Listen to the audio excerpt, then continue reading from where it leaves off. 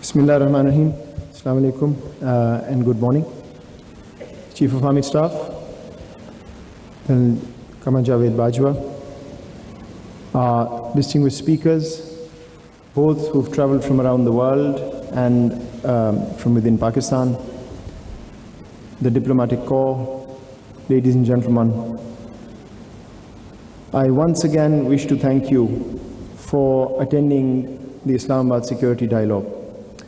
This may be repetition for some of you who were here yesterday in the Prime Minister's inaugural address, but let me just quickly recount why we are here.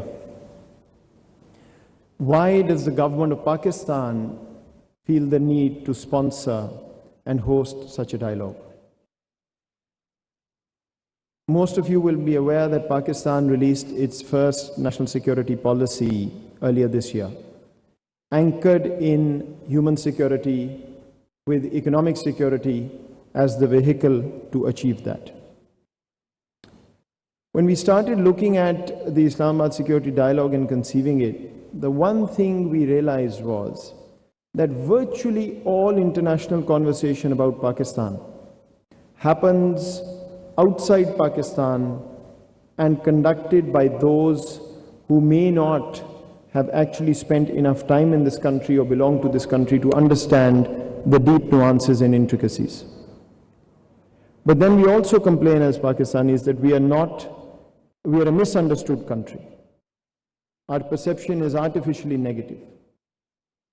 So the solution to that problem was to create a genuine intellectual platform that would not be for the purpose of messaging Pakistan's point of view, but would provide a real avenue to intellectuals from around the world, officials from around the world to come together and debate issues of international security, but do it in a manner that the Pakistani perspective is also provided in those 2 days.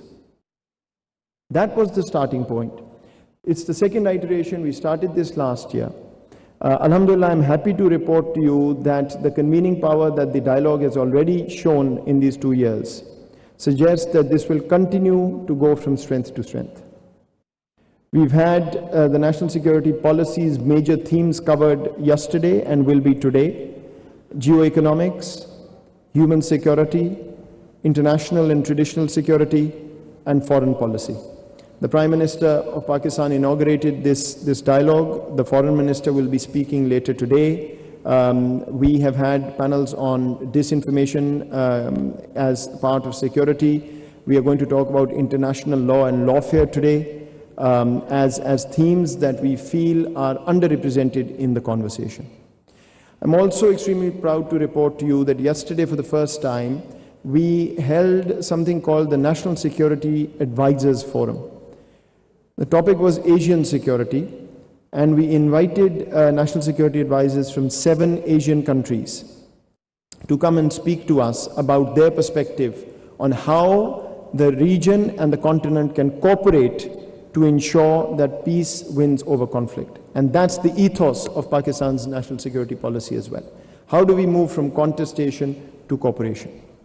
So once again, I want to thank all of you for being here, and I hope that you will continue remaining engaged with this dialogue, because I want to inform you to conclude that we've decided that this annual dialogue will be supplemented by monthly mini events hosted by the Islamabad Security Dialogue on various aspects of national security, but we'll take a slice at a time every month and have a debate on how we move forward on that particular aspect that we focus on in that particular month. We are going to involve not only intellectuals and officials in that conversation, but a special focus on Pakistan's university students, because that's the future of the country, and we're going to involve them directly into this conversation. So thank you once again, and you will enjoy, I'm sure, what the Army Chief has to say.